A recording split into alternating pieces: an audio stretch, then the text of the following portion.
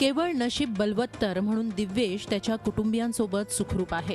त्याच्यासोबत घडलेलं अपहरण नाट्य अंगावर शहारे आणणारं आहे. प्रसन्न गुप्ता नावाचा दिव्येशचा शिक्षकच त्याचा अपहरण करता होता हे आणखी धक्कादायक. आरोपी प्रसन्न रोज संध्याकाळी दिव्येशची घरातच शिकवणी घेत असे. मंगळवारी ट्युशन संपल्यानंतर वही आणण्याच्या बहाण्यानं तो दिव्येशला बाहेर घेऊन गेला. त्यानंतर स्वतःच्या झेन गाडीतून त्यानं दिव्येशचं अपहरण केलं. दिव्येशच्या सुटकेसाठी गुप्तानं त्याच्या आईकडे 10 लाख रुपयांची मागणी केली. मुझे लगा कि चलो गाड़ी में आओ, गाड़ी में तुम्हारी बुक है.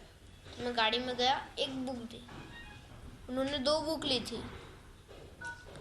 फिर 2 बुक फिर उन्होंने बोला कि दूसरी बुक उनके एक स्टूडेंट के वहाँ पे. मुझे बोला कि पास में ही है, गाड़ी में बैठ जाओ. मैं गाड़ी में बैठ गया. तो उस दिन भी सेम उसने वही किया कि उसके नोट्स है, मैं तो वो लेके आ जाएगा. तो ऐसे 10 मिनट हुई तो मैं बोली अरे अभी तक क्यों नहीं आया वो.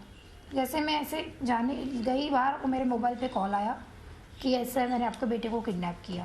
दिव्येशच्या तपासासाठी पोलिसांनी मोठ्या प्रमाणात टीम्स निर्माण करून शोधकार्य सुरू केलं. हे लक्षात आल्यावर प्रसन्ननं दिव्येशला वाघोलीजवळ सोडून दिलं आणि तो पसार झाला.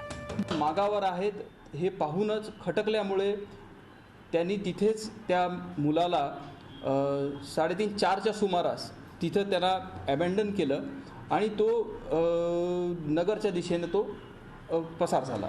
आरोपी गुप्ताचं रेखाचित्र जारी करण्यात आलंय. पीडित दिव्येशची सुखरूप सुटका झाली आहे हे महत्त्वाचं.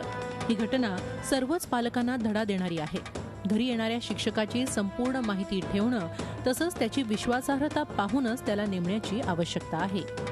अरुण मेहत्रेसह bureau report, Zee media, Pune.